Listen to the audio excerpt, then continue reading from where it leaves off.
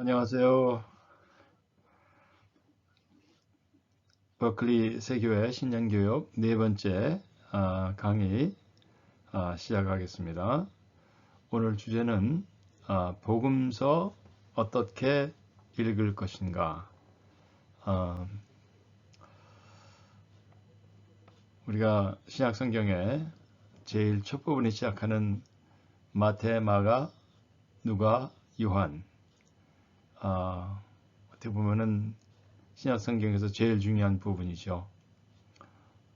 이 복음서 부분을 어떻게 읽고 이해할 것인가, 여기 대해서 이제 살펴보겠습니다.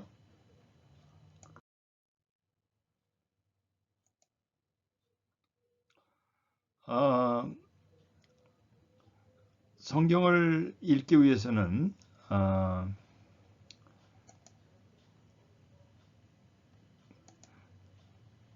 이제 제일 먼저 할 수 있으면 좋은 게 뭐냐면 신약 성경의 기록 당시의 역사적인 배경, 이것을 이제 알고 읽으면 좋죠. 예. 신약 성경이 2000년 전에 이제 기록되었는데, 물론 믿음의 관점에서 보면은 21세기에 살고 있는 저와 여러분을 위해서 분명히 이 성경 속에 하나님의 말씀이 담겨 있고, 저와 여러분이 이 말씀을 통해서 우리 삶에 적용할 수 있는 귀중한 의미들이 많이 있는데, 그건 우리가 이제 믿음의 눈으로 이제 바라봤을 때 그렇고, 역사적인 관점에서 바라보면은 이 성경은 우리를 위해서 기록한 게 아니고 2000년 전에 구체적인 기록 대상이 있었습니다.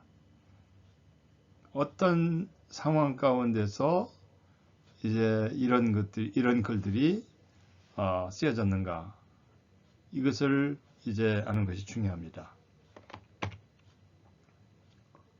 두 번째는 예수님의 삶의 연대와 복음서 형성에 대해서 간단하게 제가 언급을 하겠습니다. 세 번째, 그러면 각 복음서에 나타난 예수님은 어떻게 다른가, 이렇게 세 가지 주제로 이렇게 나누어서 말씀을 드리겠습니다. 자, 신약 성경 기록 당시의 역사적인 배경, 한 가지 예를 언급을 합니다. 요한복음 19장 17절 이휘재로 보면은 이런 말씀이 있습니다. 빌라도가 패를 써서 십자가 위에 붙이니 나사렛 예수 유대인의 왕이라 기록되었더라. 많은 유대인이 이 패를 읽었는데 히브리와 로마와 헬라말로 기록되었더라. 이렇게 써 있습니다. 한 가지 예를 보는 것이죠. 히브리어와 로마와 헬라 세 가지 언어를 가지고 유대인의 왕이라는 말을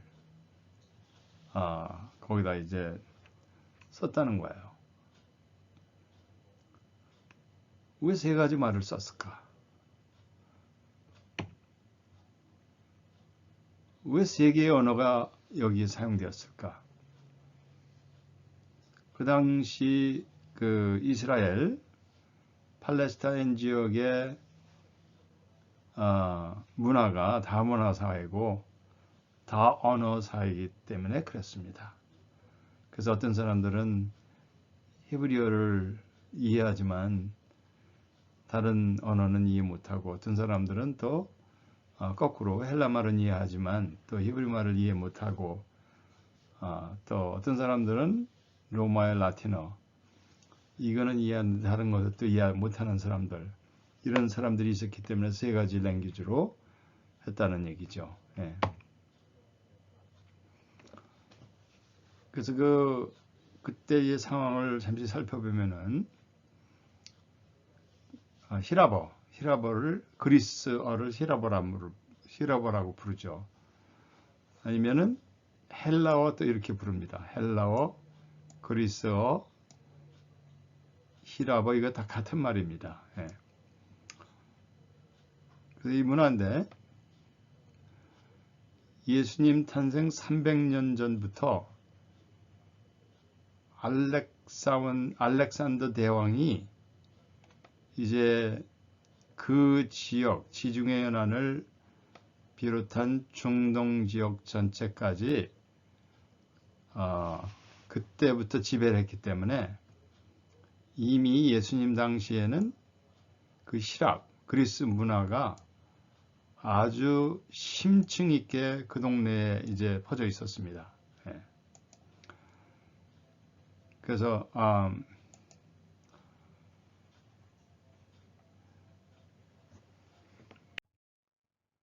이제 이 지도를 보면은 재밌는 지도인데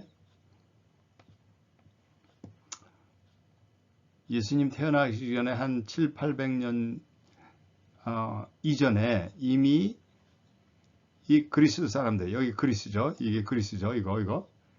그리스 사람들이 그리스에만 사는 게 아니고 이 지중해 연안뿐만이 아니고 이 흑해까지도 이렇게 많이 흩어져서 그리스 사람들이 살고 있었다는 거예요.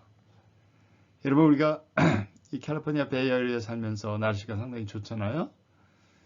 우리 캘리포니아 베이에리어 날씨가 지중해 날씨하고 상당히 유사합니다. 그렇게 춥지 않고 온화하고 그렇죠? 또 습기도 많지 않고. 근데 그리스 사람들이 이미 이렇게 오래전부터 지중해 연안의 많은 도시에 이렇게 정착하고 살고 있어요. 정착촌들이에요, 이게. 예.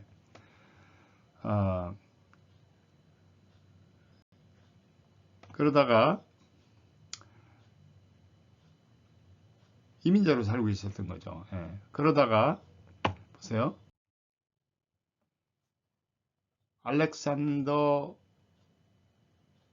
대왕이 이제 이 알렉산더 대왕의 BC 356년에 태어나서 323년에 이제 삶을 마감했는데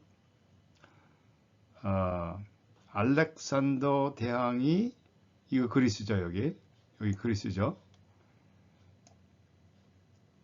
이제 전 세계를 지배한 거죠, 그때. 여러분 지난번에 그 구약 개론 공부할 때 비옥한 초승달 지역이라는 거 생각나시 가운데 녹색 비옥한 초승달. 그러니까 알렉산더 대왕도 여기 보면은 알렉산더 대왕의 진출로가 이거 까만 줄로 이렇게 표시되어 있는데 밑에 이거.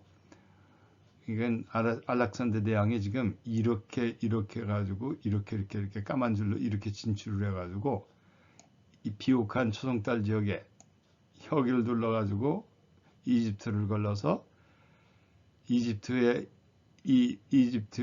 북쪽에 지중해 연안을 이 도시를 자기 이름을 따가지고 알렉산드리아라고 이름을 지었어요. 지금도 이제 알렉산드리아라고 그 말이 있죠, 아직도. 그 다음에 거기를 거쳐서 바벨론, 오늘날로 얘기하면 이란이죠. 이란 땅. 그 다음에 심지어는 여기 인도까지 이렇게 갔습니다. 중동 전체를, 서아시아 쪽을 비롯해가지고 이 전 세계를 지배한 거예요. 근데 이 알렉산더 대왕이 가는 곳마다 헬라 문화가 정착이 된 거죠. 근데 이 사람이 세계의 끝을 보겠다는 열망으로 세계 정복을 시작했는데 이 바벨론 땅에서 이제 생을 마감하고 맙니다. 이제 그 사람이 세상을 323년에 이제 떠나면서 그 밑에 있는 그 부하들이 이거 땅을 나눠가지고 이제 결국은 내전을 이제 하게 되죠. 그러면서 이제 알렉산더 제국이 이제 후퇴하게 되는데 이 지역의 전체가 그러니까 이 헬라 문화, 그리스 문화가 한 오랫동안 지속이 된 겁니다. 근데 보면 그거는 이제 이 그리스 사람들의 문화가 전 세계를 지배를 그렇게 했다면 그 이후로 한 100년 정도 지난 다음부터는 기원전 2세기, 1세기 한 200년 정도 지났을 때는 이미 로마가 이제 그 옆에 있는 이태리, 로마 이 사람들이 이 아테네 세력을 갖다가 아테네의 그 히람 문명권을 다시 삼키고 맙니다. 그래서 로마가 그리스를 야금야금 잠식하고 기원전 30년 이집트를 정복하여 로마 제국은 지중해 전역을 지배하게 되었다. 이렇게 되네요. 한동안은 그리스의 문화권, 나중에는 로마 제국이 된 거죠. 그 로마 제국이 예수님 사후 한 100년 정도 지난 다음에는 이 정도 파란색 전체까지 확정이 됐다는 거예요.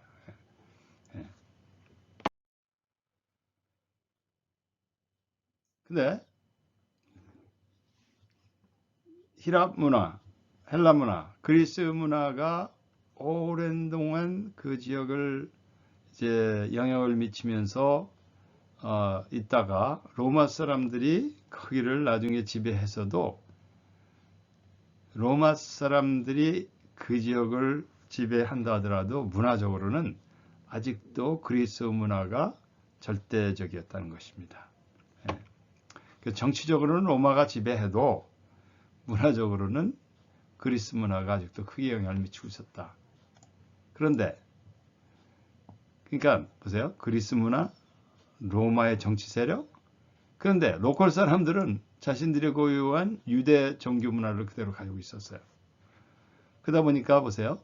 그리스의 언어, 로마의 라틴어, 자신들의 고유한 유대의 히브리어. 이것들이 세계가 공존한 것이었습니다. 근데 유대인들은 히브리어가 이제 구약 성경의 기록 언어고 또 그랬지만 예수님 당시의 그 유대인들은 사실 바벨론 포로에서 돌아온 이후로는 바벨론 지역의 그 사람들이 주로 아람어를 썼다요. 그래서 아람어가 로컬 사람들은 주 언어였습니다. 근데 아람어하고 히브리어는 사춘간이에요. 그래서 대부분의 사람들은 아람어를 쓰고 일부 사람들은 아직도 히브리어를 쓰고 있었다. 그렇게 얘기를 하고 있습니다. 그러면 그 당시 예수님 당시에 그 구약 성경, 예수님 당시의 성경은 다 구약 성경이죠. 구약 성경은 어떤 언어로 되어 있었을까? 궁금한지 않을 수 없어요. 사실은 구약 성경이 히브리어 성경으로 됐다고 말씀드렸잖아요. 그런데 아까 말씀드린 대로 하도 히랍의 문화가 오래 정착이 되다 보니까 사람들이 그리스어가 공용어로 쓰이고 있었어요. 관공서나 아니면 일반 학교에서. 그렇기 때문에 사람들이 히브리어를 사람들이 못 읽었다는 거예요. 일종의 고대 언어가 된 거예요. 그러다 보니까 사람들이 쉽게 읽을 수 있는 언어, 그리스어로 히브리어 성경을 그리스어로 번역한 것이 그때 일반적으로 쓰였는데 그걸 70인역이라고 부릅니다. 이 70인역은 뭐냐면 그 알렉산드리아 아까죠.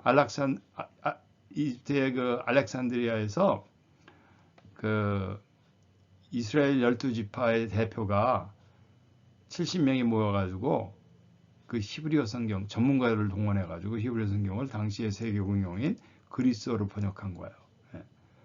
그게 벌써 기원전 300년 전에. 대단한 얘기죠. 그러니까 예수님 당시의 구약 성경은 물론 히브리어 성경이 있었지만 대부분 사람들이 알 수 있는 그리스 번역판 72년 성경이 이제 많이 읽혔다. 그래서 보면은 궁금한 게 재밌는 게 누가복음 4장 16장에 보면은 4장 16절에 보면은 예수님이 고향 땅 나사렛 회당에 가셔가지고 가니까 사람들이 거기 그 회당의 그 직원이 예수님한테 성경을 이렇게 펴가지고 이렇게 주죠. 읽으라고. 성경을 이제 예수님이 읽고 거기서 간단히 설교를 하시잖아요. 근데 이제 궁금한 건 뭐냐면 그때 예수님에게 전해진 성경이 어떤 성경이었을까? 어떤 사람은 히브리어 성경이라고 얘기하는 사람이 있어요. 근데 어떤 사람들은 그게 70인역 그리스어 성경이었을 것이다. 그거를 예수님이 그 동네 사람들이 쓰고 있는 주어너 아람어로 번역을 해서 이제 설교를 했을 것이다. 실제 언어는 아람어로 얘기를 하면서 성서 본문은 이런 걸 썼을 것이다. 이렇게 얘기하고 있어요. 그래서 근데 사실 사람들이 그래요. 어떤 사람은 그건 히브리어 성경이었을 것이다. 어떤 사람은 70인역 모르죠. 어떻게 되는 정확하게. 예.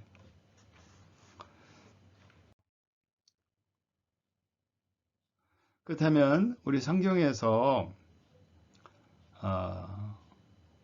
신약 성경에서 여러 곳에서 아람어가 등장하고 있어요. 예. 예수님이 사람들에게 쓰는 그 간단한 말이 아람어로 이제 표현된 것을 이해를 찾을 수 있어요. 보시면 마가복음 7장 34절 하늘을 우러러 탄식하며 그에게 이르시되 에바다 아시죠? 이는 열리라는 뜻이라. 근데 보세요. 마가복음 기자가 이걸 얘기하면서 에바다 예수님이 얘기하시는데 그거는 열리라는 뜻이라 번역을 해주고 있어요. 그 얘기는 뭐냐면 마가복음을 읽는 사람들은 이 마가복음이 히라보로 쓰여져 있었거든요. 히라보를 읽는 사람에게 여기 아람어가 등장하니까 그 사람들이 에바다 아람어 의미를 몰랐다는 뜻이에요. 그러니까 그것은 열리라는 뜻이라고 번역을 해주고 있습니다. 마가복음 15장 34절 여러분 잘 아시는 제9시에 예수께서 크게 소리지시되 엘리 엘리 라마 사박다니 하시니 또 똑같이 이를 번역하면 마가복음 독자들 히라보 성경을 읽고 있어요. 그 사람들에게 이 아람어는 번역하면 나의 하나님 어찌하면 나를 보시가 그런 뜻이라는 거예요. 그렇다는 거예요. 그 복음서를 읽고 있는 독자에게 이런 아람어 단어들이 생소한 것이었다라는 그런 뜻이에요. 네. 여기 또 있네요. 마가복음 5장 41절 그 아이의 손을 잡고 이르시되 달리타금 하니까 하시니 번역하면 곧 내가 네게 말하니 소녀야 일어나라. 이게 달리타금 이것이 다 아람어의 이해가 되겠습니다. 그러면 예수님의 삶의 연대와 복음 전파. 보통 우리가 뭐라 그러죠? 예수님은 33세에 33세까지 사셨다. 그런 얘기를 우리가 많이 하죠. 예, 맞습니다. 예. 예수님이 만일에 33세를 사셨으면 그때면 정확하게 예수님이 태어난 해가 연도가 어느 것일까? 우리가 보통 어떻게 하죠? AD, 그렇죠? AD, BC 이렇게 얘기하죠. 그러니까 뭐 before Christ 뭐 이렇게 얘기하는데 그 얘기는 뭐냐면 이제 그 서기 1년이면 예수님이 태어난 해겠구나 이렇게 생각을 하는데 사실은 예수님이 태어난 해를 성경이 그게 서기 1년이다 이렇게 얘기하지 않고 있어요. 그렇죠? 그래서 우리가 다른 걸 가지고 추정을 해야 됩니다. 정확하게 예수님이 몇 년 뒤에 태어나셨을까 추정할 수밖에 없어요. 네. 한번 보시죠. 어떤가? 예수님이 많은 학자들이 얘기하기를 이거 BC 4년에 태어나셨다는 거야. BC 4년이었을 거라 이렇게 얘기해요. 그때 태어나시고 생을 마감한 해가 서기 30년이었을 거라고 추정합니다. 그 근거를 말씀드릴게요. 예수님 탄생 시 여러분 복음서 읽어보면 헤롯 임금 나오잖아요. 헤롯 임금이 이제 괴팍한 사람이 돼가지고 예수님 탄생했다니까 동방 박사들에게 가서 알아봐라. 나도 가서 경배를 드릴 테니까 알아서 예수님이 태어난 곳을 나한테 가르쳐줘라. 이렇게 얘기하죠. 예수님이 바로 태어났을 때가 헤롯 임금이 그 재위 중이었어요. 그러면 헤롯 임금이 아직도 통치 기간 중에 예수님이 태어나는구나. 이걸 알고 있죠. 근데 보면 역사적인 기록을 보면 헤롯 임금이 유대 땅에서 지배한 그 마지막 해가 이거 하이라이트 어떻게 하는지 모르겠. 하이라이트 여기네. 헤롯 임금이 BC 40년에 통치를 시작해가지고 BC 4년에 거기서 이제 재임 기간이 끝났다는 거예요. 그렇다면 예수님 탄생이 결국은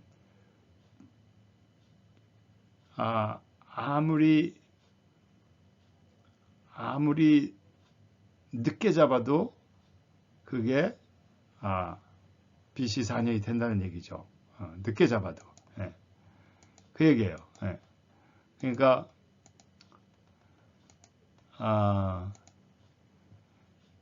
최대한 늦게 잡았을 때 BC 4년이 되는 거예요. 또 두 번째는 누가복음 3장 23절에 보면 예수께서 가르치심을 시작하실 때에 30세쯤 되니라 그런 말씀이 있어요. 30세쯤 되니라. 30이었다가 아니고 30세쯤 되니라. 그러면 우리가 예수님이 공생을 시작하는 것이 나이 30세에 시작하신 거구나 이렇게 생각할 수 있죠.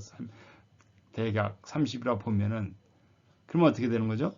그리고 요한복음이 사복음서 중에서 유일하게 그 예수님의 생애 3년 동안의 행적이 이제 다 이렇게 언급되는 것이 요한복음이에요. 근데 요한복음에 특별히 이스라엘 남자들이 1년에 최소한도 한 번의 그 유월절 명절을 지키러 예루살렘에 가는데 요한복음에 보면은 예수님이 유월절을 3번을 지키기라 예루살렘에 올라가는 장면이 있어요.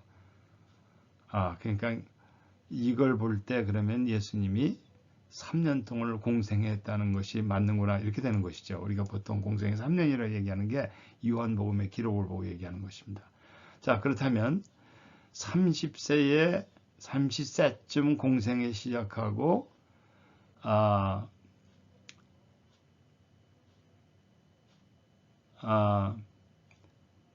3년 동안의 공생애를 시작했으면 33세에 그러면은 공생애를 마치신 거라면 그 다음에 태어난 애가 BC 4년이면은 대강 이렇게 되는 거예요. 그렇다면 그래서 이제 기원전 4년에서 서기 30년까지 가 되겠구나 이렇게 이제 여기서 계산이 나오는 것입니다. 오케이, 그렇게 되는 것이죠. 그렇게 해서 예수님이 이제 십자가에 달려 돌아가시고 부활하시고 이제 40일 동안 제자들에게 보이신 다음에 사도행 1장 3절 그 다음에 열흘 후가 되는 승천하고 10일이 지나고 부활 후 50일이 되는 날에 성령 강림 사건이 있었고 사도행전 2장 1절 그 다음에 제자들이 그 예수님의 삶과 십자가 죽음 부활 승천에 대해서 또 다시 오심에 대해서 설교를 시작하게 되죠. 성령 강림을 받았을 때 성령 연에 충만했을 때 예수님의 삶에 대해서 담대하게 나가서 설교를 하게 되는 것이죠. 이것이 이제 간단하게 살펴본 예수님의 삶의 연대와 복음 전파의 시작이 되겠습니다. 그렇다면 복음서의 기록과 내용은 어떻게 되는가? 어떻게 해서 기록이 되었고 어떻게 내용이 전개되는가? 복음서의 기록에 대해서 알아보겠습니다. 현재 우리가 가지고 있는 형태의 복음서 기록은 예수님 승천 후 30년 내지 60년이 지난 다음에 이제 기록이 되었을 것이다. 이렇게 이제 학자들이 얘기를 하고 있습니다. 물론 예수님은 책을 쓰지 않으셨습니다. 예수님은 기록을 남기지 않으셨습니다. 예수님을 따르던 제자들, 그 다음에 예수님한테 그 말씀을 들은 사람들, 그 사람들이 예수님에 대해서 글을 썼을 뿐입니다. 근데 예수님 승천하고 바로 쓰지 않았어요. 아니면 예수님 따라다니면서 글을 쓰지 않으셨어요. 제자들이 글을 안 썼어요. 시간이 저렇게 많이 지난 다음에 썼어요. 그러면 이것이 하나의 문서로 되기 이전까지 그러면 어떻게 이것들이 예수님 이야기가 보존되었을까? 설교를 통해서, 입에서 입을 통해서 그렇게 사람들의 입을 통해서 전달이 된 것이었습니다. 입을 통해서, 구전을 통해서.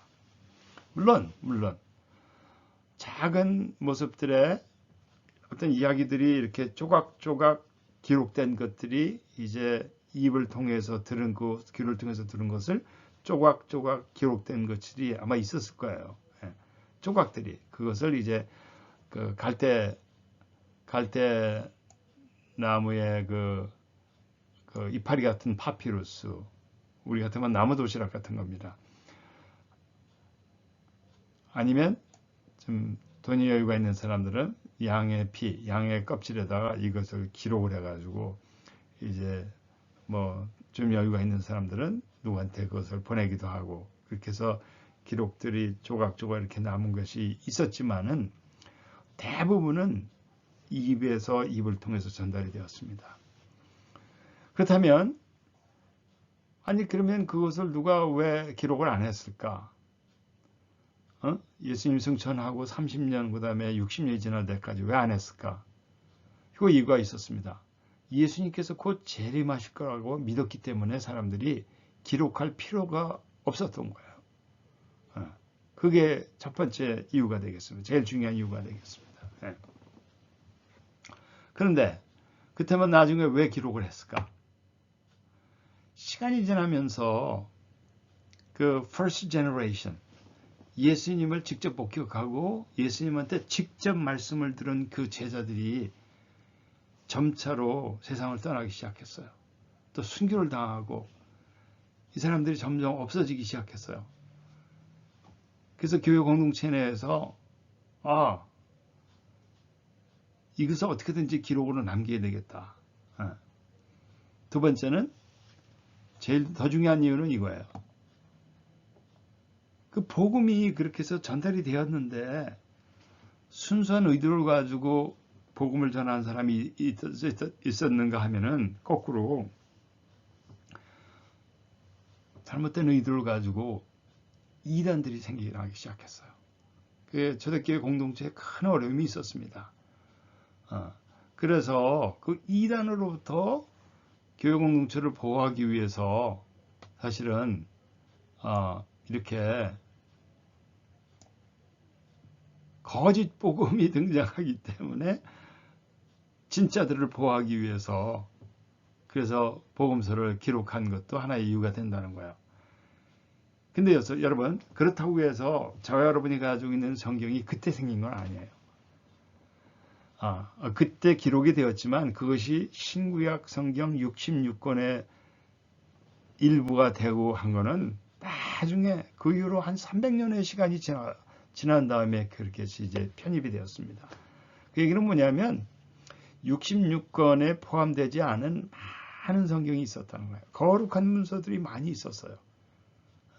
그러면 그래가지고 나중에는 교회 지도자들이 모여가지고 큰 회의를 해가지고 이것만 가지고 필요 충분하다. 66권 이 말씀만 가지고도 예수님의 말씀과 구원에 필요한 복음이 이것만 가지고 넉넉히 다 한 것이 결국 우리가 가지고 있는 성경이 되겠습니다. 예. 복음서를 이해하는데 아주 중요한 두 사건이 있습니다.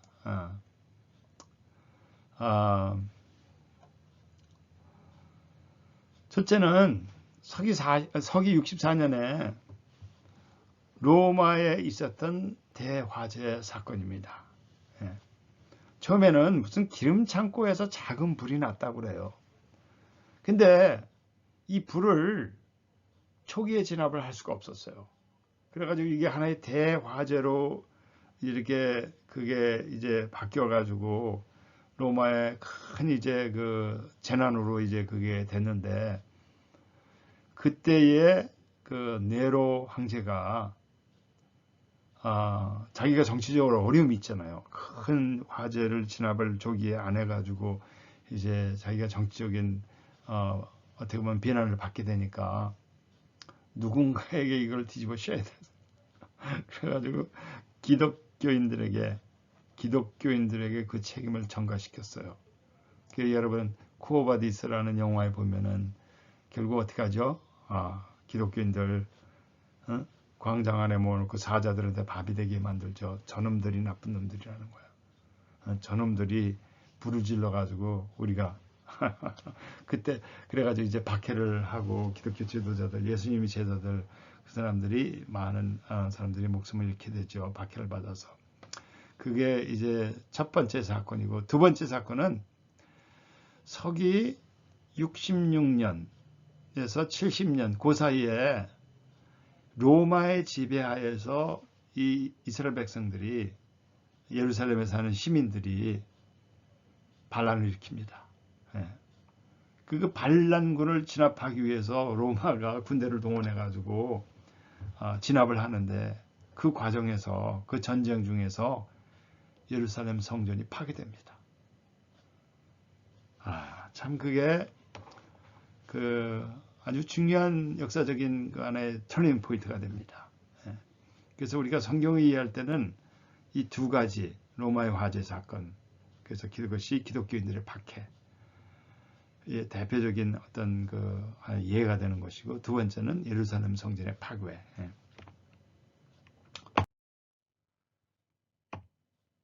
복음서의 내용을 살펴봅니다. 사복음서, 마태, 마가, 누가, 요한이 있는데, 이 사복음서를 우리가 읽을 때 뭐 읽는 방법이 여러 가지겠죠. 어떤 사람들은 성경 말씀을, 사복음서를 다 읽고 그거를 이제 다 한번 합쳐가지고 짜집기를 하려고 하는 사람도 있고, 복음서를 전체를 섞어가지고 예수님의 일대기를 한번 하려고 하는 사람들도 있고, 그렇습니다. 근데 사실은 그거는 좋은 방법이 아니에요. 사실은. 마태, 마가, 누가, 요한을 복음을 읽어보면 조금씩 내용이 다르잖아요. 다 같이 예수님을 얘기하고 있지만 조금씩 달라요. 모든 복음서가, 네 가지 사복음서가 하나님의 아들, 우리의 구원자이신 예수님에 대해서 기록하고 증거하고 있지만 그건 공통점이죠. 그러나 각각 저자와 쓰여진 대상이 다르고, 그 각 복음서의 그 배경이 달랐기 때문에 복음서 내용을 섞어서 이야기보다는 각 복음서의 차이점에 주목하며 읽는 것이 중요합니다. 그러니까 섞으려고 하지 마시고, 마태복음을 읽어보니까 마태복음에서는 다른 복음서는 이렇게 했는데 왜 이렇게 했을까? 이 얘기는 여기 없고 여기 얘기는 여기 없고 또 어떤 얘기는 다 있고.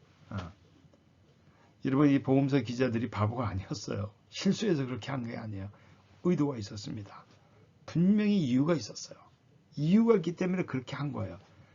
이 성서를 학자들의 관심은 뭐냐면 무슨 이유로 이렇게 했을까를 찾는 수수께끼, 그걸 찾기 위해서 평생을 연구하는 사람들이에요.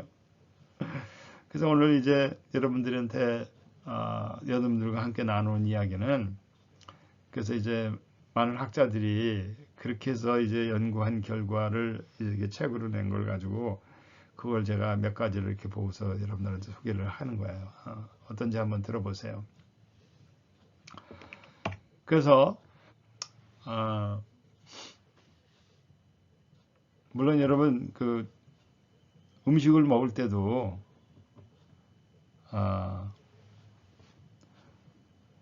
각각의 맛이 있잖아요. 반찬을. 응? 각각의 독특한 맛을 알기 위해서는 요거 먹어보고 요렇게 먹어보고 요렇게 먹어보고 비교하는 것이죠. 다 섞어보세요. 어떻게 될까요? 하나하나의 맛을 잃게 됩니다. 다 섞으면. 이유가 있어서 그렇게 다르게 기록한 것을 찾는 것이 중요합니다.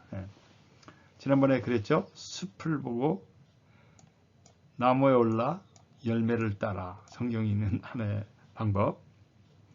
그 어떻게 보면은 복음서 내용은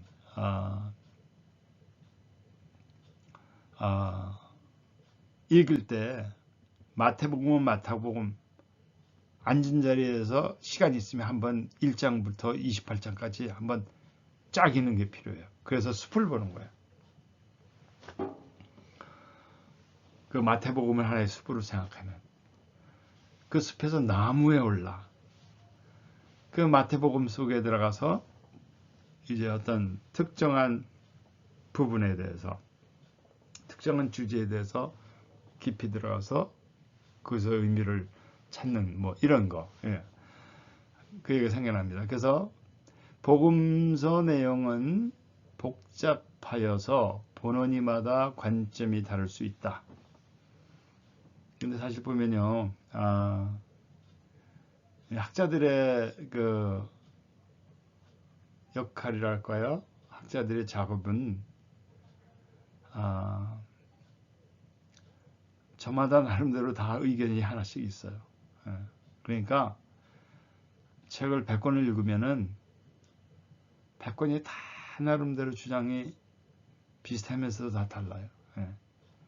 이 때문에 여러분들도 복음서를 읽으면서 마태복음, 마가복음, 누가복음, 요한복음 읽으면서 다 맛이 다를 거예요.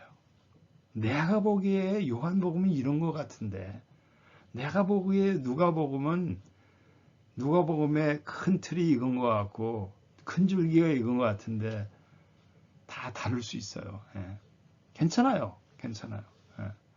중요한 거는 여러분들이 각자가 그 각 복음서를 전체로 한번 읽어보죠. 전체를 한번 읽고 나름대로 전체 그림에서 볼 때 이게 빼낸 것 같다. 그렇게 찾아보는 노력이 필요합니다. 한 가지 답이 없어요. 제일 중요한 거고요. 이거야.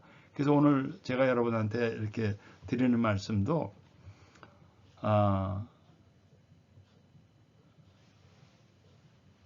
뭐 그것만이 아닐 수 있어요.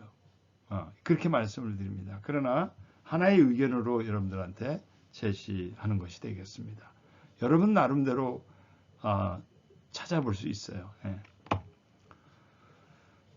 성경이 읽는 목적은 결국은 어떤 지식을 얻는 거에 있는 것이 아니고 그걸 읽고 그 속에서 하나님이 나에게 이 말씀을 통해서 어떻게 말씀하시고 계시고 이 말씀을 통해서 나에게 주시는 하나님의 뜻이 무엇인가를 헤아리는 것. 그것 때문에 우리가 성경을 읽는 것인데 학자들은 어떻게 보면은 이렇게 해가지고 이게 이런 것 같다 해가지고 그걸 책으로 써가지고 전달하고 그게 끝일 수 있어요. 그러나 그것을 통해서 어떤 의미가 있는 것은 각자의 몫이에요. 그렇습니다. 그렇기 때문에 저와 여러분은 객관적인 어떤 지식과 사실들을 얻는 것도 중요하지만 그것을 거기서 한 모금 더 나가서 나에게 주는 의미, 그것을 삶 속에 어떤 영향이 있는가를 또 그것이 나의 삶 속에 내가 그걸 어떻게 살아낼 것인가 이것이 우리의 궁극적인 목표가 되는 것이죠. 성서를 읽는 방법이. 자, 그렇다면 각 복음서의 내용을 살펴보기 이전에 각 복음서의 어떤 역사적인 상황이랄까요? 배경에 대해서 간단히 한번 살펴보겠습니다. 이것도 마찬가지예요. 이것도 실제 복음서를 읽어보면 이런 말이 안 나와요. 그 복음서의 내용은. 그렇기 때문에 오늘 여러분들이 이 말씀을 들으면서 처음 듣는 얘기인데 이렇게 생각할 수도 있어요. 상관이 없어요. 여러 학자들이 쓴 걸 제가 이렇게 보고서 그동안에 학생들 가르치고 학교에서 그걸 토대로 해서 여러분들한테 도움이 좀 될까 하는 마음으로 이렇게 소개하는 것 뿐입니다. 근데 이거 말고도 다른 책들을 보면 또 다른 의견들이 있을 수 있어요. 그냥 일단은 이걸 한번 여러분들한테 제시합니다. 한번 보세요. 네. 제일 중요한 거 꼭대기 보세요. 각 복음서의 역사적인 상황은 그 복음서의 마태복음의 역사적인 상황이 이랬습니다. 그렇게 기록이 안 돼 있죠. 그렇기 때문에 상당히 주관적이에요. 그렇기 때문에 이게 어려운 부분이기도 하고 모호한 부분이기도 합니다. 그래서 어쨌든 각 본문은 예수님 당시의 얘기예요. 그렇게 예수님이 활동 얘기니까 예수님이 공생의 기간에 어떻게 보면은 서기 27년부터 30년까지 그 3년 동안 있었던 얘기예요. 근데 그 얘기를 가지고 이 복음서의 각 저자는 그때 쓴 게 아니에요. 27년에서 30년 서기 그때 이걸 기록한 게 아니라고 그랬죠. 30년이 지난 다음에 60년이 지난 다음에 썼다 그랬죠. 근데 각 저자는 이 이야기를 이렇게 시간이 나중에 지난 다음에 왜 썼을까요? 자기들의 그 믿음의 공동체 교인들이 당하는 여러 가지 당면한 현실을 보면서 그분들에게 위로되고 그들에게 힘이 되기 위해서 이것을 썼어요. 구체적인 목표를 가지고 쓴 거예요. 네. 그래서 마태복음 예를 보면은 마태복음은 학자들이 이거는 아마 예수님 그 승천하시고 나서 한 50년 정도가 지난 다음에 쓴 글이었을 것이다. 이렇게 추정하고 있어요. 50년 정도. 예. 특별히 여러 학자들이 이런 얘기를 하고 있어요. 아마 마태복음의 대상자들, 마태의 교회는 마태가 몸담고 있던 그 믿음의 공동체 커뮤니티는 다인종사였을 것이다. 물론 다인종사회죠. 그 당시에 그 사회 자체가 다 다인종사예요. 히랍의 문화, 그 다음에 로마의 문화, 그 다음에 근데 특별히 마태복음의 그 공동체는 도시 사람들이 사는 곳이었어요. 경제적으로 좀 부유한 사람들이었어요. 왜 경제적으로 부유했을까? 이제 나중에 얘기가 나오는데 여러분 마태복음 그 25장인가요? 달란트 비유가 나오잖아요.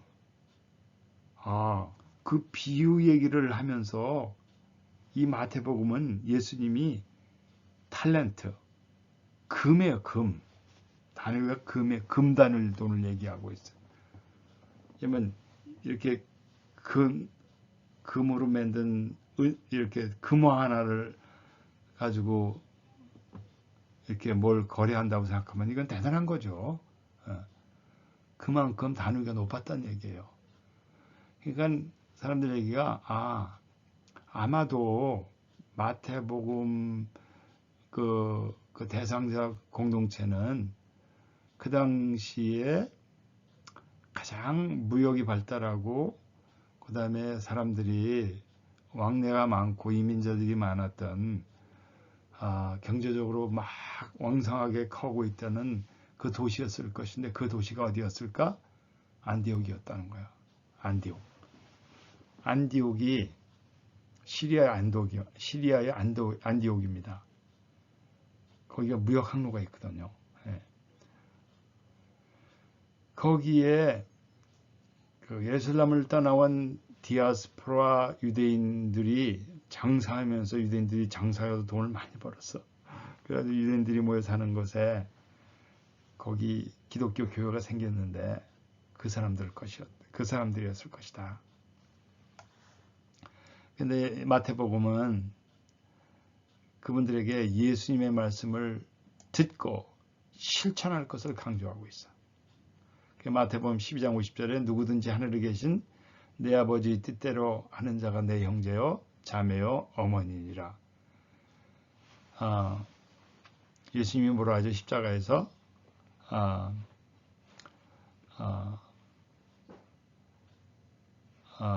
십자가에서 이제 아니죠. 예수님한테 그 사람들이 뭐라 하죠? 네 형제들이 찾으러 왔다고 그러니까 그때 그러죠. 누구든지 하늘에 계신 아버지 뜻대로 행하는 자가 내 형제요 자매요 어머니라. 예수님이 그 말씀을 왜 마태가 예수님의 이야기를 소개할 것이 많이 있었는데 특별히 그걸 골라서 거기를 했을까? 그 당시에 그 기독교 공동체에 그 사람들이 끼리끼리 놀았던 것 같아요. 그러다 보니까 혈육이나 문화, 어떤 사회적 연결고가 아닌 주변의 이방인, 가난한들과의 바른 관계를 강조했다는 거예요. 끼리끼리 놀지 말고 인종을 초월하고 가난한 자, 부자들이 그런 구별을 넘어서서 우리 문화 사람들끼리만 놀지 말고 문화를 초월해서 모든 사람들이 예수 그리스도의 안에서 형제 자매가 된 우리들은 서로서로의 관계를 회복하고 하나님과의 관계를 회복하고 이렇게 하는 게 중요한 이런 의도를 그런 생각이 있었기 때문에 예수님의 이 말씀을 마태가 소개했다는 거예요. 마가복음이 복음서에서 제일 일찍 기록되었다고 학자들은 얘기하고 있어요. 근데 이 70년 아까 얘기했죠. 예루살렘 성전이 파괴되는 것이 아주 그 결정적인 어떤 영향을 미쳤다고요. 바로 이 책이에요. 마가복음이 그거예요.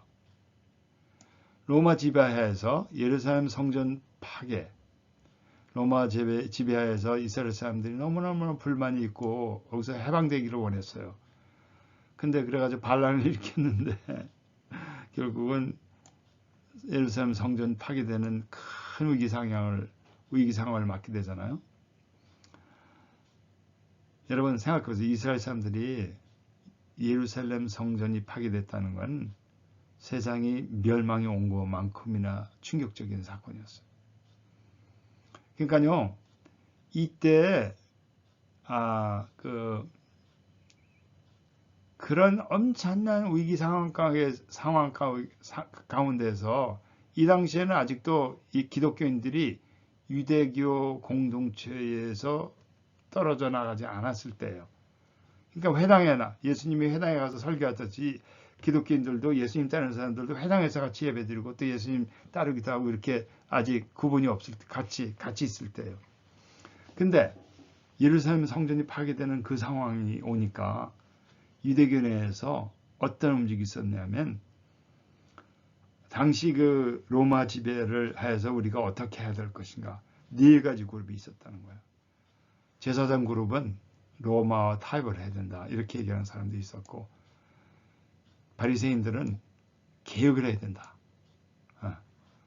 율법을 개혁하고 어떻게든지 우리가 위기 상황 속에서 하나님 말씀을 제대로 배워야 된다 이런 사람들이었고 바리새인들 열심당원은 이 사람들은 칼로 싸워야 된다는 사람이었어.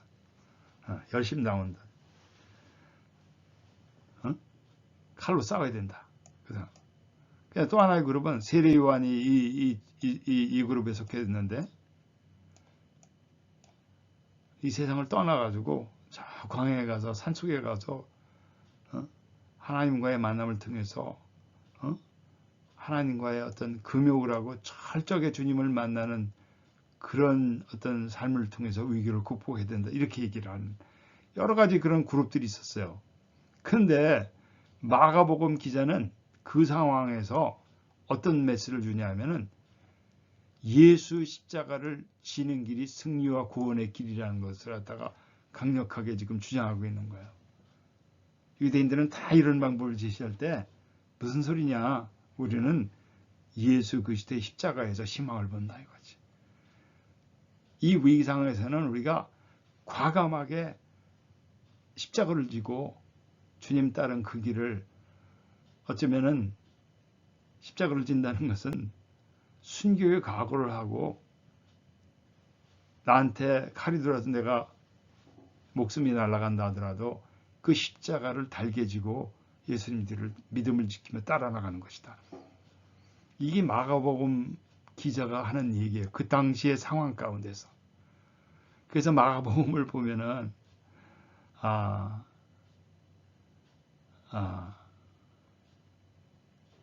십자가, 고난 이것이 이제 큰 주제가 되겠습니다. 그럼 누가복음은 뭐냐? 누가복음이나 마태복음이나 거의 같은 시기에 쓰여졌어요. 장소는 좀 다를지 몰라도. 근데 로마 그 지배하에서 보세요. 마가복음보다 10년 정도 뒤에 쓰여졌잖아요. 근데 기독교인들이 이미 유대교 공동체에서 벌써 10년 사이에 10년, 20년 사이에 유대교 공동체에서도 기독교인들이 조금씩 이제는 차별 대우를 받기 시작한 거예요. 같은 유대교 동족사에서도.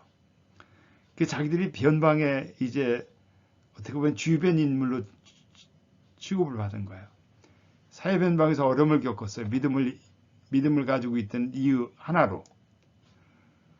그래서 그런지 이 누가복음 읽어보면요. 예수님은 변방 사람들을 불쌍히 여기는 그런 분으로 소개되고 있어요. 그리고 특별히 누가복음에는 여인들, 그죠? 또 병자들, 고아들, 병든 사람들, 이런 사람들을 많이 만나주는 예수님의 모습이 이방인들, 그렇죠? 그렇게 특별히 누가복음은 가르쳐. 왜 그랬을까? 지금 자신들의 입장이 그런 사람들이었거든요. 요한복음. 이 요한복음이 벌써 가장 늦게 기록이 되는데 서기 한 90년 정도로 보는데 기독교인들이 유대인 커뮤니티에서 이제는 쫓겨나요. 유대교는 로마 정부의 법적인 보호를 받고 있는 어떻게 보면 공식 종교가 돼서 유대교인들은 이제 보호를 받고 있는데 기독교인들은 신앙 종교 아니에요? 보호를 받지 못하는 거예요. 특별히 로마 정부 그 핍박으로 이제 아까 얘기한 네로 황제의 그 핍박 이후로 기독교인들이 너무나 어려움을 받고 있었단 말이에요. 그러니까 유대 동족인 유대인들한테서 핍박을 받고 로마 정부의 핍박을 받는 이중적인 권한이 있었단 말이에요. 그러다 보니까 자기들의 어떤 존재 자체를 부정당하는 그런 암흑과 같은 세상 속에 있었다는 거야. 입장 속에. 그러니까 어떻게 자기들이 바라볼 구멍이 없는 거예요, 지금. 솟아날 구멍이 없는 거예요. 이분들에게 그래서 예수님은 어떤 분이냐면은 하늘에서 빛으로 오시는 주님이에요. 그리고 예수님은 하늘로부터 여기로 우리가 세상을 떠나서 주님 앞에 간다는 게 아니고 주님이 우리에게 오신다는 거예요. 바로 이 자리로 우리를 구원하기 위해서. 예수를 믿는 하나님의 아들을 믿는 사람들은 바로 여기에서 거듭남을 통해서 여러분 요한복음 3장 보면은 니고데모가 예수님 찾아와가지고 어떻게 하면 거듭날 수 있습니까? 이렇게 물어보잖아요. 그런 결국은 뭐냐면 지금 현재 여기에서 이 암흑과 같은 상황 속에 있는 우리들이 바로 현재 여기에서 그 주님 안에서 거듭나서 바로 이 자리에서 영생을 시작할 수 있다는 거예요. 그러니까 여러분들 참 재밌는 얘기죠. 각 복음서의 역사적인 상황과 그 당시의 문화적인 상황 속에서 자기들이 필요한 것이 이거이기 때문에 마태복음 기자, 마가복음 기자, 누가복음 이게 다 설교자들이에요. 응? 설교자들. 이 설교자들이 그들에게 예수 그리스도를 소개하는 방법이 이렇게 차이 나는 거예요. 왜? 그들의 필요한 것이 달랐기 때문에. 결국은 설교자로서 자기가 속해 있는 믿음의 공동체에 이루어지는 필요한 것이 뭐고 그 사람들이 당면한 현실을 보면서 그들의 필요에 맞게 말씀을 증거한 거죠. 마테마가, 누가, 요한. 그분들이 가지고 있는 예수님에 대한 자료가 이만큼 있었을 겁니다. 예를 들어서 상상, 요한복음 21절 보면 그렇죠. 예수님이 하신 이야기와 행적은 다 기록한다면 공간이 없다는 거예요. 다 이름하라. 그렇게 많은 중에서 일부만을 각자의 필요한 상황에서 일부만을 지금 전하고 있는 거예요. 물론 공통 서로 중복되는 것이 있죠. 보면 예를 들어서 마가복음에 소개된 이야기의 90% 정도가 마태복음에 이제 소개되고 있어요. 그러나 똑같이 소개되는 거 아니에요. 조금씩 그걸 다르게 자기네 상황에 맞게 각 복음서의 저자들이 바꿔가지고 이렇게 소개하고 있는 것을 볼 수가 있습니다. 이것이 각 복음서에 나타난 역사적인 상황입니다. 간단히 말씀드려서. 자, 그러면 각 복음서의 그 내용을 큰 어떤 내용의 큰 줄기를 한번 말씀드려 보겠습니다. 그 마태복음의 큰 줄기는 무엇일까? 마태복음에 쓰여진 마태복음의 대상은 어떤 사람이면 주로 유대인들이었어요. 유대인들 중심의 기독교 공동체였어요. 근데 유대인들이 어떤 사람이냐면 유대인들 중에서 특별히 구약 성경의 내용에 아주 익숙한 사람들이었어요. 자, 보세요. 여러분 아무 근거 없이 그동안에 이제 마태복음을 읽어보신 분들 여기서 새로운 걸 느끼시라고 믿어요. 마태복음 1장에 보면 어떻게 하죠? 예수님의 족보가 언급이 되고 있습니다. 1장 1절 뭐죠? 아브라함과 다윗의 자손 예수 그리스도의 계보라. 이렇게 시작하죠. 예수님 탄생을 얘기하는데 아브라함을 언급하면서 시작합니다. 아브라함에서 시작하고 있어요. 근데 누가복음에도 예수님의 족보가 나오는데 누가복음의 족보를 누가복음 3장에 가서 한번 읽어보세요. 이렇게 안 하고 있어요. 순서도 다르고 누가복음에서는 예수님의 근거가 아브라함보다 훨씬 더 위로 올라가서 아담을 넘어서 하나님까지 올라가고 있어요. 그건 좀 이따 얘기 드리고. 그래서 마태복음의 경우는 아브라함, 다윗 이것을 상당히 강조하고 있습니다. 왜냐? 유대인들은 자신들이 아브라함의 후손이라는데 자부심을 가지고 있었고 어떻게 보면 영광스러운 다윗 왕조의 회복을 향한 열망이 있었던 사람들이에요. 다윗이 최고의 임금이라고 생각하잖아요. 그 사람들은. 그래서 마태는 이 복음서를 통해서 예수님이 누구고 예수님이 우리의 구세주고 메시아라는 것을 얘기하는데 이왕이면은 유대인들은 그들에게 아브라함과 다윗이 중요하다 보니까 예수님 얘기를 하기 위해서 아브라함과 다윗 얘기를 여기서 많이 가능하면 자료를 인용하는 거예요. 유대인들의 입장을 고려해서 그들이 갖고 있는 구약 성경을 인용하여 그들이 존중하는 다윗 임금과의 관계성을 강조하므로 예수님이 저들이 기다리는 참 메시아임을 부각시키고 있는 거예요. 마태복음 1장 17절에 보면 보세요. 재밌는 거 있죠? 족보 얘기하면서 그런즉 모든 대수가 아브라함에서 다윗까지 14대요. 다윗부터 바벨론까지 사로잡혀 갈 때까지 또 14대요. 바벨론에서 사로잡혀 간 후부터 그리스도까지 14대더라. 여러분 이거 많이 보셨죠? 왜 14대를 그렇게 자꾸 언급을 하는 거예요? 여기서 14대라는 것을 강조하는 이유가 있어요. 다윗을 뜻하는 히브리어 글자의 그 소리 나는 걸대로 얘기하면 DVD라는 세 글자인데 소리 음으로 따질 때 이게 숫자가 있다는 거예요. DVD는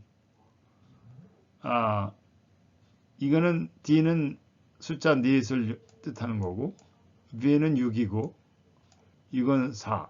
그러니까 4 플러스 6 플러스 하면 14이죠. 14. 근데 DVD가 뭔지 아세요? 그게 바로 다윗 임금의 이름의 약자야. 그러니까 예수님 오심을 소개하되 다윗의 뿌리에서 온 것을 강조하는 것을 강조하기 위해서 14이라는 것이 그 숫자가 데이비드라는 이름과 관련된 걸 감안해 가지고 지금 얘기하는 거예요. 그래서 처음 14대에는 가장 훌륭한 임금 다윗 얘기를 하는 거고, 그렇죠?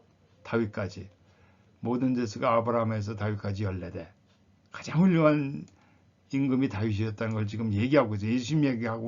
예수님 얘기하는 방법 중에 다윗을 지금 칭찬하고 있는 거예요. 지금 그 다음 14대는 이스라엘 역사에서 가장 불행했던 게 뭐죠?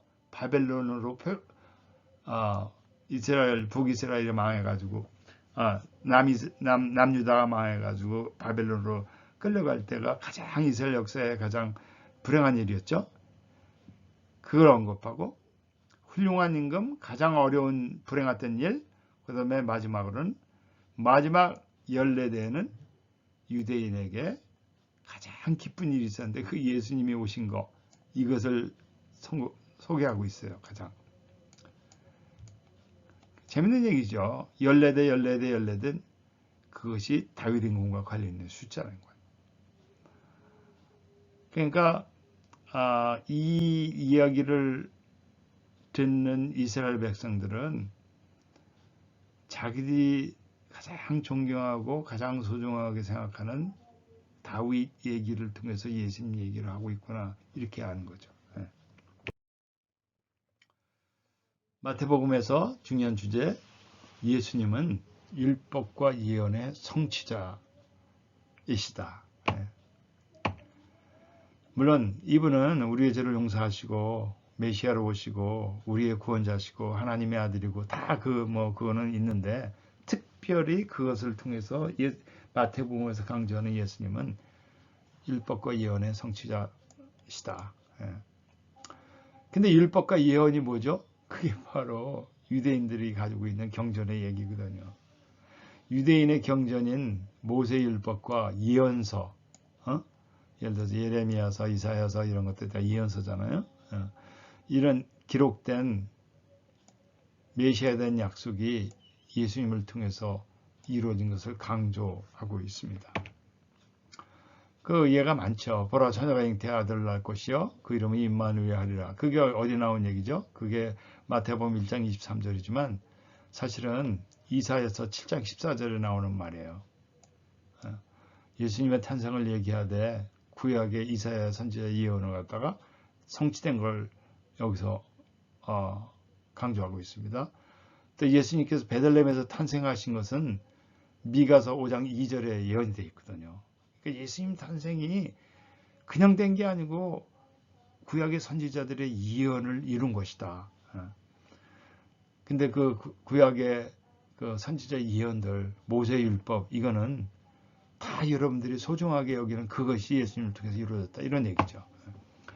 마태복음 24장에 보면 요셉이 일어나서 밤에 아기와 그의 어머니를 데리고 애굽으로 떠나간 것은 호세아서 11장 1절에 나오는 얘기예요. 이스라엘이 어렸을 때 내가 사랑하여 내 아들을 애굽에서 불러냈거늘 그 말씀이 이루어진 것이 그것을 이루기 위해서 이렇게 했다는 거예요. 마태복음 2장 23절 후에 헤롯이 죽은 후 이스라엘로 돌아와 예수님이 나사렛 가서 산 것이 보면 그 본문이 그렇게 이것이 성경을 이루려 함이라. 아예 나사렛에서 가서 가신 게 성경을 이루기에. 근데 그 성경이 정확하게 어디 있는 건지 구약 성경이 어디 있는 건 우리가 알 수가 없어요. 근데 마태는 그것이 성경을 이루기 위해서 그랬다는 거예요. 근데 사복음서 가운데 오직 마태복음만 이렇게 이제 이런 이야기들을 여기서 소개하고 있어요. 마태복음이 결국은 유대인 기독교인들에게 예수님을 설명하는 방법이 이것이 최고라고 생각했던 것 같아요. 그 마태복음에서 예수님은 어떤 분인가? 그분은 모세처럼 훌륭한 분인데 사실은 모세보다 더 훌륭한 분이라는 거예요. 그분은 새로운 모세라는 거예요. 여러분 유대인들한테 모세가 얼만큼 중요하죠? 모세가 절대적인 존재거든요. 왜? 그분은 율법을 주신 분이기 때문에. 율법을 우리에게 가르쳐 주신 분이에요. 근데 마태복음 기자는 예수님은 어떤 분이냐? 모세보다 더 훌륭한 분이다. 지금 이렇게 강조하고 있는 거예요. 새로운 모세다. 그래서 마태복음 2장에서 5장까지 나타난 예수님의 이야기를 이제 그 2장에서 5장까지 예수님 이야기를 소개하죠. 마태복음 2장 읽으면. 근데 내용 여러분 아시는 대로 어떻게 시작하죠? 2장에 보면 헤롯이 어린 사내 아들을 다 죽이라고 하니까 예수님의 그 요셉과 마리아가 아기 예수를 태어나자마자 헤롯의 명령을 헤롯의 위협을 피해서 애굽으로 피신하잖아요. 애굽으로 갔어요. 근데 애굽에서 돌아와서 요단강에서 물세례를 받죠. 광야에서 40일간 시험을 받아요. 산에 올라가 제자들을 가르쳐서 5장에 보면 산상수훈의 말씀을 가르치고 있어요. 애굽을 가서 돌아와서 요단강을 요단강을 지나가고 물세례를 받고 광야에서 40일을 지나고 산에 올라가서 가르친다. 여러분 이 말씀을 듣는 순간에 유대인들이 뭐라 그랬을까요? 저거 어디서 많이 들어본 얘기 같은데?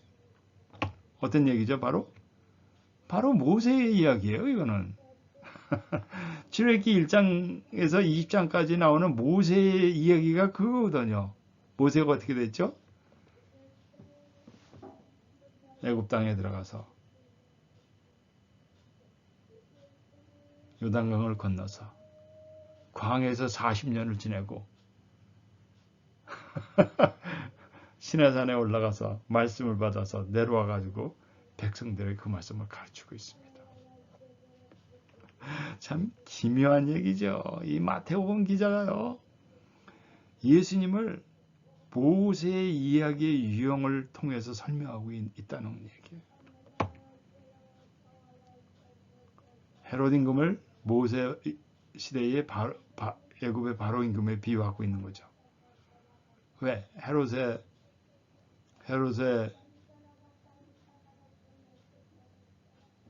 헤롯이 바로 예수님을 적대한 것처럼 애굽의 바로 임금이 모세를 적대했잖아요. 예수님이 요단강 세례가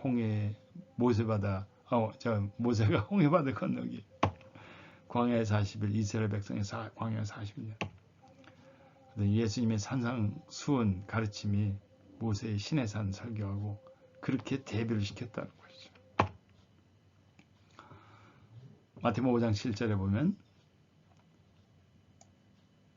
내가 율법이나 선지자를 폐하러 온 줄로 생각하지 말라. 폐하러 온 것이 아니요 완전하게 하려 함이라.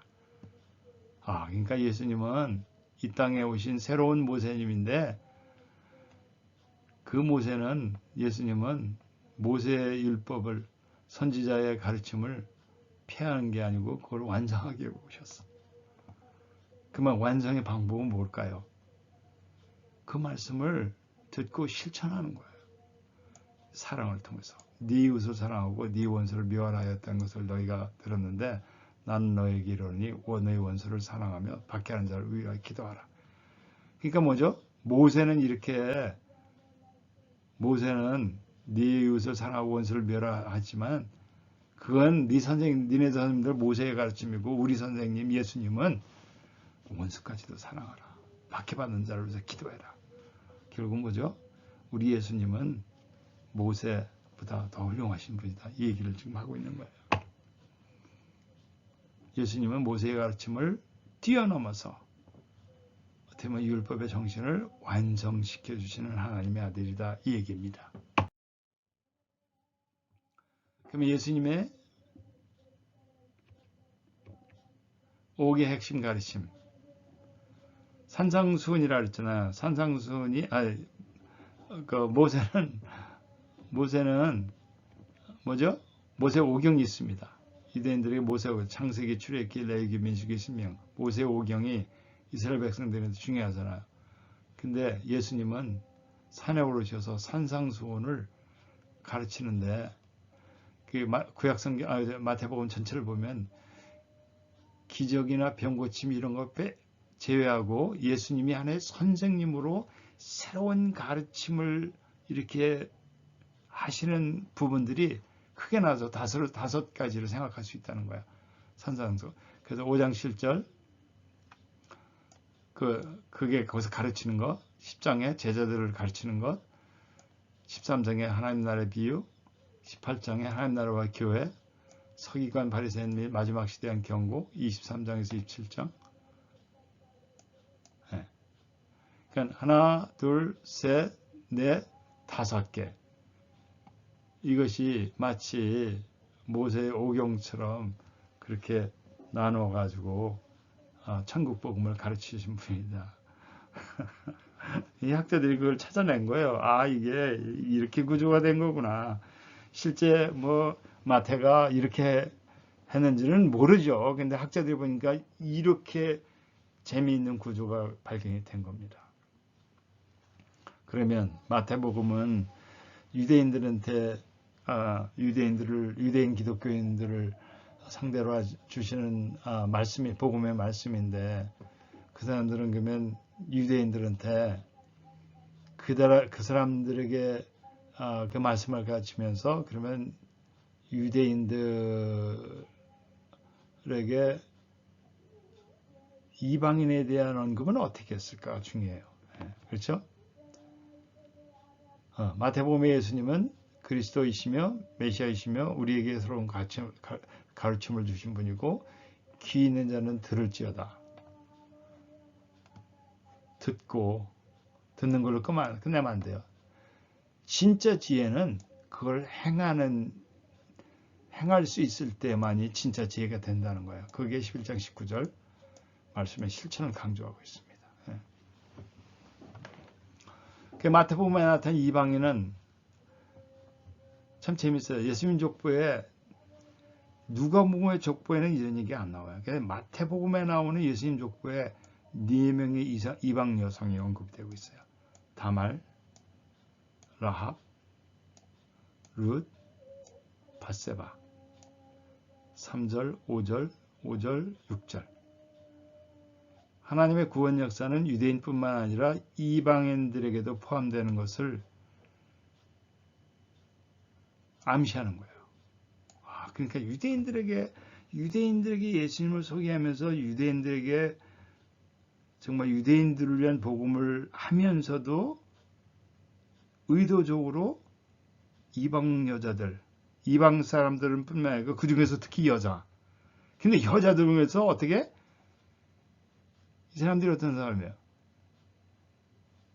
창녀와 기생으로 불린 다말과 라합 같은 그런 여성들을 여기다 언급하고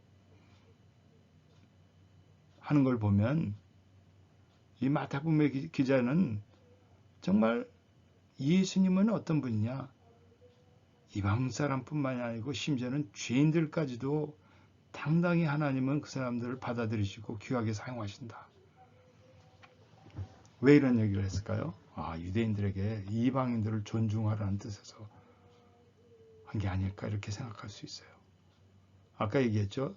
마태복음의 대상이 그 다문화권 그 도시의 그 신흥 도시에는 안티오키에서 많은 전 세계 사람들이 모여서 살고 있는데 이방인들이 와서 많이 장사하고 섞여 살 거 아니에요.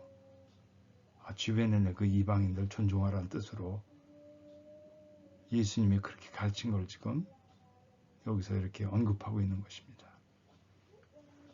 재밌는 거 동방박사 얘기가 동방박사가 누구지? 이방 사람들이에요. 동방 사람들이라는 건 이방인들이에요. 이방. 이 사람들이 와서 예수님을 경배한 얘기를 언급하잖아요. 그 얘기는 뭐냐면 이방 사람들도 예수님 앞에 와서 예수님을 믿고 예수님 믿으면 예수님을 통해서 그 사람들도 구원받게 되는구나. 뿐만 아니라 복음의 일꾼을 쓸 수 있구나. 이 얘기를 지금 하고 있는 거죠. 8장 5절에서 10절에 보면 백부장 얘기가 있어요. 백부장이 누구죠? 100명의 부하들을 거느린 로마의 장교입니다. 로마군이 뭐죠? 이방인이죠. 근데 이 사람이 자기 중풍병자 걸린 하인을 고치려는 예수님 앞에 뭐라 하죠? 우리 집이 오신 것만도 감사한데 집에 들어오지 마시라. 그냥 말씀만 하시면 난다. 그러니까 뭐라 하죠? 예수님이 이스라엘에서 이만한 믿음을 본 사람이 없다. 그렇게 얘기하신 걸 이 마태가 여기서 소개하고 있어요. 그러면서 결국 뭐냐면 이방 사람들도 훌륭한 믿음이 있다는 걸 여기서 얘기하는 거예요.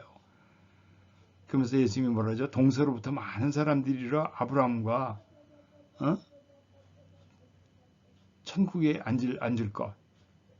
아브라함과 이삭과 천국에 이방 사람들도 하나님 나라에 이룰 수 있다는 거야. 이방인들을 배려하는 이방인까지 배려하라는 그런 말씀을 하고 있는 거죠. 근데 가장 마지막에 이제 결론 부분으로 나온 게 그거죠. 마태복음을 어떻게 마치죠? 너희는 가서 모든 민족,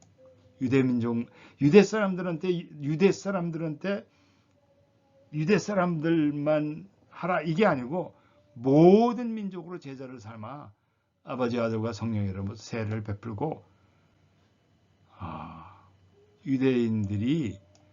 오늘날 유대인들이 그야말로 콧대가 높고 이방 사람들 무시하고 팔레스타인 사람들한테 폭력을 하고 이게 아니고 모든 민족으로 제자를 삼아 세례를 주고 복음의 일꾼으로 하라는 것.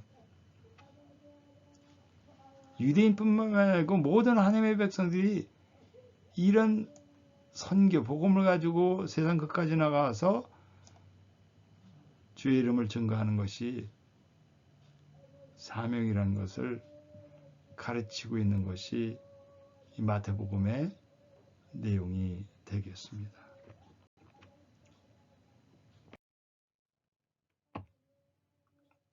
마가복음 어떻게 앞으로는 좀 짧게 하겠습니다. 벌써 1시간 18분이 지났는데 마가복음의 예수님은 어떤 분일까? 고난받는 하나님의 아들이에요. 아까 말씀드렸죠? 마가복음 그 교회는 아주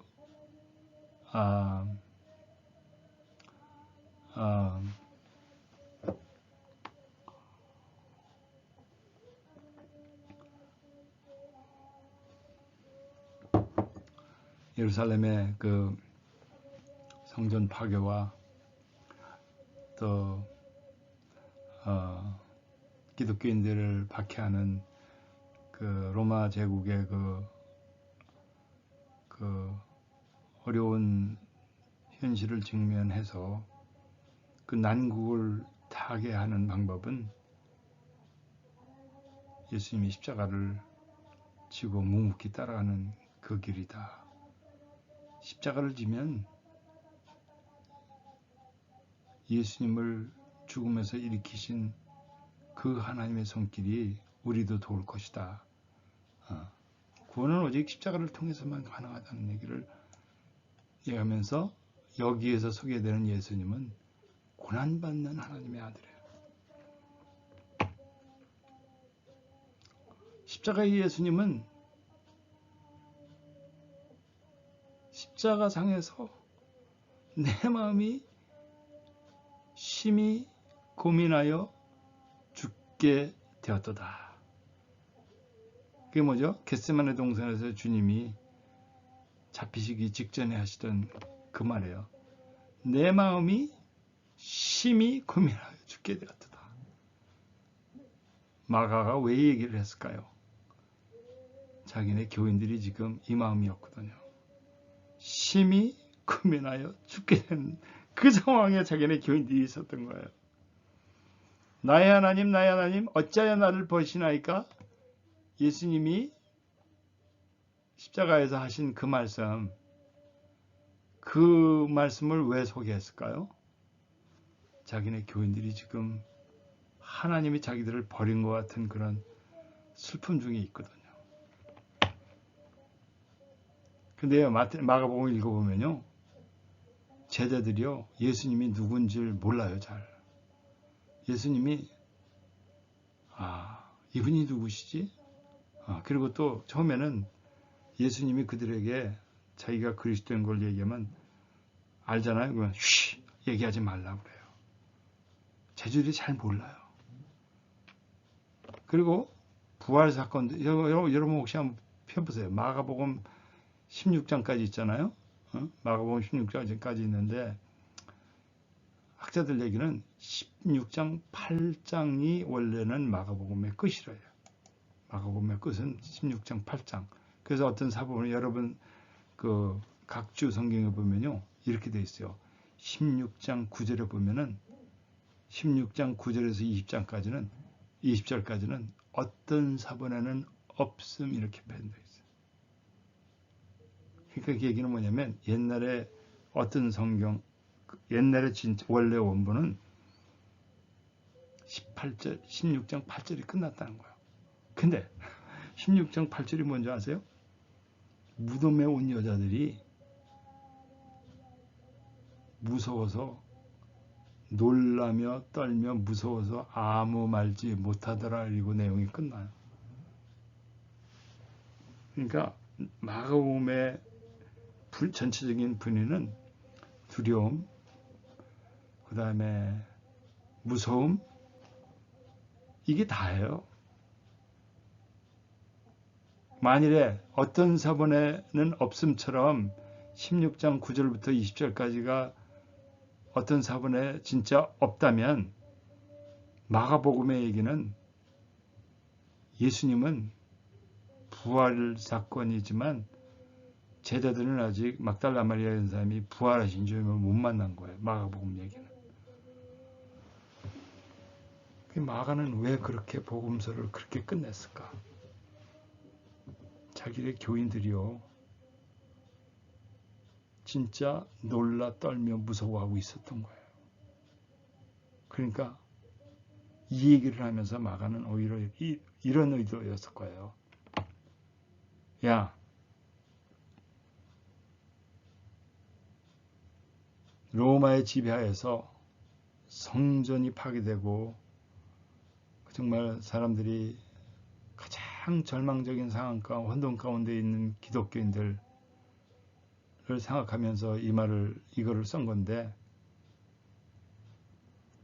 혼돈과 두려움과 고난 속에 바로 예수님도 거기 그렇게 있었고 제자들도 그때 혼돈 속에서 아무 말도 못하고 있었다. 제자들도.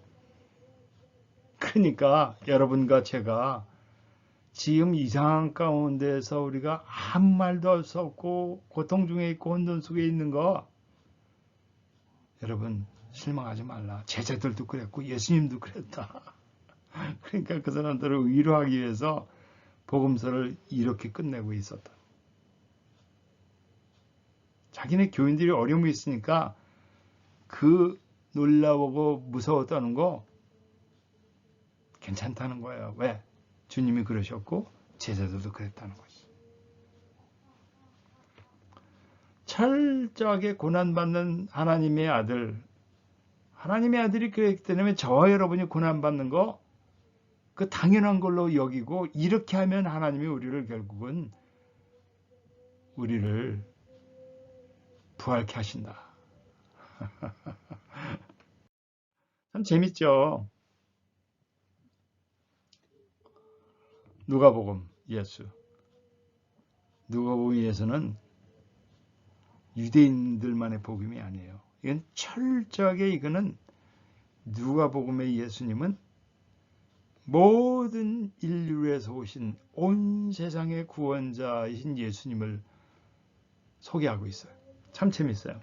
아까 말씀드렸지만 누가복음 3장 23장의 그 족보인데 예수님의 족보는 예수에서 시작해서 아브라함이 아닌 그 이상 아담. 아담이라는 뜻은 모든 인류예요. 아담과 하나님까지 거슬려 올라오고 있어요. 아까 뭐라 했죠? 마태복음은 아브라함에서 시작해요. 결국 예수님은 아브라함의 후손을 넘어 모든 하나님의 백성, 이방인을 포함한 모든 하나님의 백성들의 구원자가 되심을 강조하고 있어요. 그렇게 해서 그렇기 때문에 예수님은 예수님의 족보를 그렇게 기록하고 있어요. 참 재밌죠. 누가 뭐 읽어보면 아까도 말씀드렸지 여성들, 과부들, 이방인들, 병자들 특별히 이 사람들이 얘기에 많이 등장해요. 그러면서 예수님은 그 한 사람 한 사람들을 불쌍히 여기고 그 사람들을 위해서 서서 가는 길을 멈추고 그 사람들을 위해서 불쌍히 여기고 그들을 가르쳐주 치유하시는 주님이에요. 예. 아까도 말씀드렸죠. 마태복음의 탈란트 비유는 마태복음 25장 탈란트가 금화라 그랬죠. 금화. 경제적으로 넉넉한 사람들의 이야기예요. 마태복음은. 근데 누가복음은 가난한 사람들 얘기예요. 경제적으로 넉넉하지 못하는 그런 사람들이에요. 그러니까 그 탈란트 비유하고 그 비슷한 그 같은 내용인데 탈란트가 아니고 문화를 은전 문화를 얘기하고 있어요. 탈란트를 맡겼다고 얘기잖아요. 문화를 맡겼다고 그래요. 문화가 뭘까요? 노동자의 3개월 임금이에요. 그러니까 누가복음의 대상자들에게는 이 얘기가 더 설득력 있게 들려지는 거예요. 왜? 가난한 사람들이니까. 여러분 판자촌에 사는 사람들한테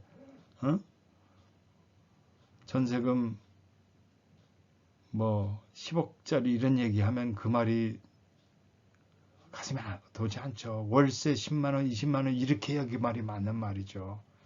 같은 얘기예요. 그래서 누가복음은 자기 공동체의 사람들한테 복음을 효과적으로 이해할 수 있는 언어로 사용하다 보니까 이렇게 쓰고 있어요. 예. 죄인들을 찾아오신 주님. 여러분 누가복음 19장의 얘기가 뭐죠? 삭개오 얘기. 지나가다가 삭개오가 나무에 올라온 거 보고서 거기 찾아와가지고 내가 오늘 네 집에 머물리라. 죄인을 찾아가. 죄인 중에 죄인이라는 그 삭개오, 그렇죠? 그 마음을 아시고 내가 오늘 네 집에 찾아오리라. 근데 그뿐만이 아니고 재밌는 얘기가 있어요. 마태복음 27장에 보면은 예수님이 가운데 십자가 있고 양쪽에 강도가 한 명씩 있잖아요.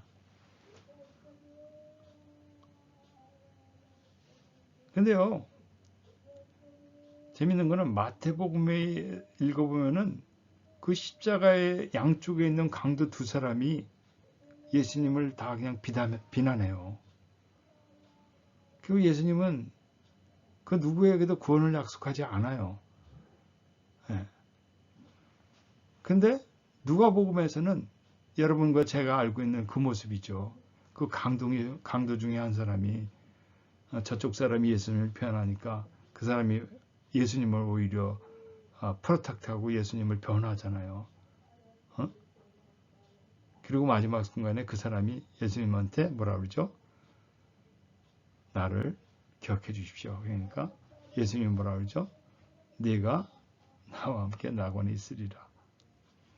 누가복음에서는요, 그 죄인들이 그 마지막 순간에 그 한마디에 구원받을 수 있어요. 예수님한테 평소에 아무리 나쁘게 살았어도 그 마지막 순간에 주님 잘못했습니다.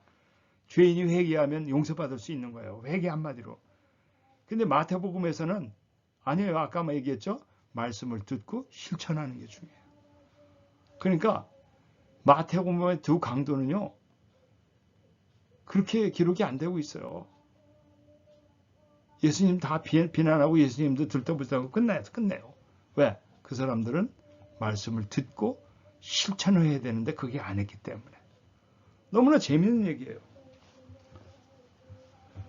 그 마태하고 누가복음이 가지고 있는 구원관의 차이예요. 똑같은 예수님은 구원자예요. 그러나 예수님은 마태복음의 예수님은 말씀을 듣고 실천을 강조하는 예수님이에요. 누가복음은 마지막 순간에도 용서. 그래서 저는 개인적으로 누가복음의 예수님을 참 좋아해요. 가난한 사람들 찾아가시고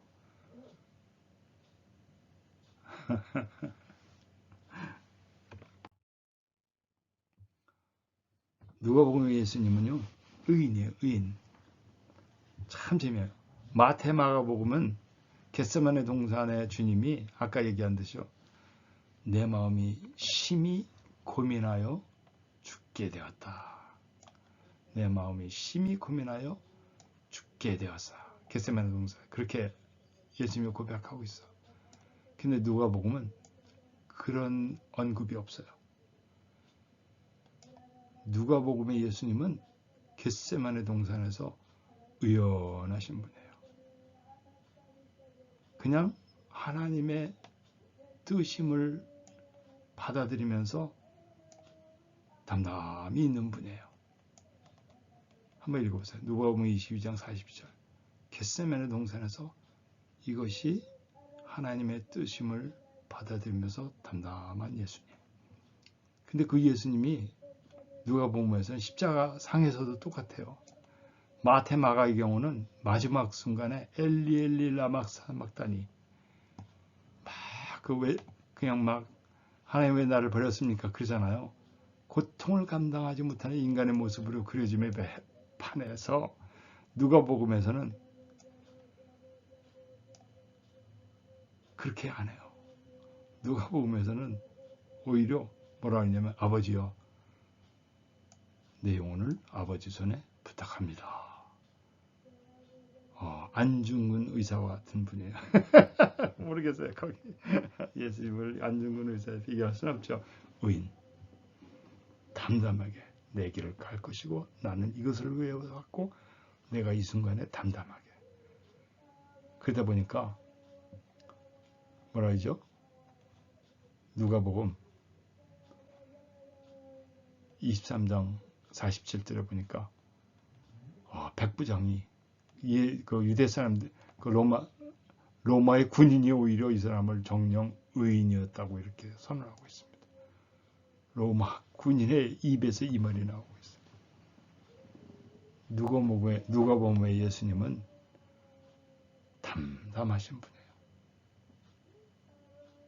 고통이 있었겠죠. 고통이 있었음에도 불구하고 이것이 하나님의 뜻이니까 내가 가야 된다. 네, 그런 분이에요. 근데 요한복음의 예수님은 어떤 분인 줄 아세요? 아까 뭐라 그랬죠? 이 당시에 크리스찬들은 서기 한 90년 정도 이중적인 고통이 있었어요. 동족 유대인들로부터 배반을 받고 쫓겨나고 그 한 가지 큰 어려움이에요. 그런데 로마 사람들로부터 또 어려움을 이중으로 캄캄한 현실 속에서 이 사람들은 예수님이 어떤 분이냐면 하늘에서 오신 분이에요. 크리스마스 스토리가 없어. 여기는 예수님 탄생 이야기가 요한복음에는 없어. 마가복음에도 없죠. 예수님 탄생 이야기를 할 시간이 없어. 예수님이 바로 그냥 공생의 어른으로 오셔가지고 공생 하늘에서 오셔가지고 바로 그냥 말씀이 육신이 돼가지고 우리에게 오신 분이에요. 근데 보면 너무 재밌는 게 뭐냐면 이거예요. 여러분 생각나세요? 출애굽기 3장에 보면은 모세가 그러죠. 누구십니까? 그러니까 나는 스스로 있는 자니라. 모세가 뭐라 하죠? 내가 애굽에 가가지고 바로에게 내 백성을 보내라고 해서 내가 여기 왔습니다. 응? 그렇게 얘기하면 그 사람들이 너를 보낸 사람이 누구냐 이렇게 물어보면 대답을 어떻게 해야 되죠? 그러니까 하나님이 I am that I am. I am that I am. 나는 스스로 있는 자이라. 그러니까 하나님이 본인의 이름을 주시는데 그 이름이 뭐냐면 I am이에요. I am.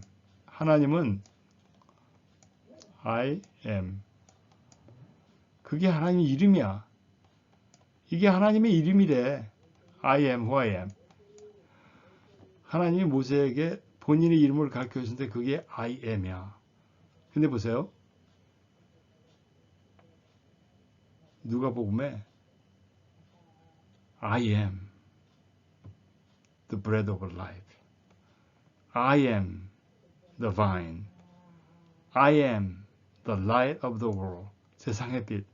I am the good shepherd. I am, I am, I am. 이 I am이란 말을 요한복음에 있는 예수님은 많이 쓰세요. 근데 재밌는 게 여기 보보세요. 마가복음하고 누가복음은 그 I am이라는 단어를 두 군데밖에 안 써. 마가도 두 군데, 누가도 두 군데. 근데 요한복음은 자그마치 65회 이상을 쓰고 있다는 거예요. I am이라는 단어를. 마태복음 5회. 그 얘기가 뭐죠? 예수님은 스스로가 하나님이에요. 요한복음에 나타난 예수님은 스스로가 하나님임을 선포하고 있어요. I am. 출애굽기에서 I am이라고 나는 스스로 있는 자라고 얘기하신 그 하나님이 자기.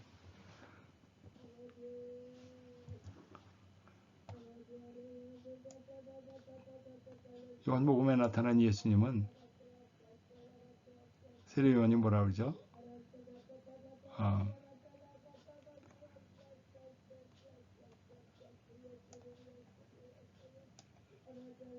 세상 짐을 지고 가는 하나님의 어린 양이라고 요한복음에서 이제 앞에서 얘기하죠. 예. 근데 요한복음 19장 33절에 보면요. 재밌는 장면이 나와요. 하나님의 어린 양이라고 요한복음 초입에 얘기를 했는데 19장에 가서 십자가 위에 있는 두 강도의 다리를 군병들이 잘라요. 다리를 꺾는데 예수님의 다리는 꺾지 않았다고 요한복음 19장 33절에 나와 있어요. 왜 안 꺾었을까요? 19장 33절에 보면 예수님이 이미 숨을 거뒀기 때문에 안 잘랐다고 그러는데 사실은 그래서 그런 게 아니고 예수님이 6월절에 어린 양이기 때문에 다리를 안 꺾은 거예요. 출애굽기 12장 46절 민수기 보면은 6월절 고기는 다리를 꺾지 말라고 규정이 있어요. 요한복음의 예수님은 6월절에 어린 양으로 오신 분이에요. 6월절에 어린 양으로 오신 분이 요한복음 마지막 21장에서 뭐라 하죠? 제자들 향해서 내 양을 먹이라. 그러면서 제자를 보내고 있습니다. 내가 하나님으로서 나는 하늘에서 오신 하나님의 어린 양이야. 하늘에서 오신 하나님의 어린 양으로 이 땅에 와서 인류의 죄를 위해서 내가 나 자신을 하나의 유월절 어린 양처럼 제물로 드려서 피를 흘리고 인류의 구속을 위해서 나를 제물로 드려서 했는데 그 예수님이 제자들에게 부탁을 하죠. 너희도 나가서 내 양을 먹이라. 내 양을 먹이라. 내가 양으로 왔는데 내 양들이 있어. 그 사람들을 먹이는 종이 되어라. 그렇게 지금 부탁하는 것이 요한복음의 내용 외에 어떻게 보면 끝이죠. 예.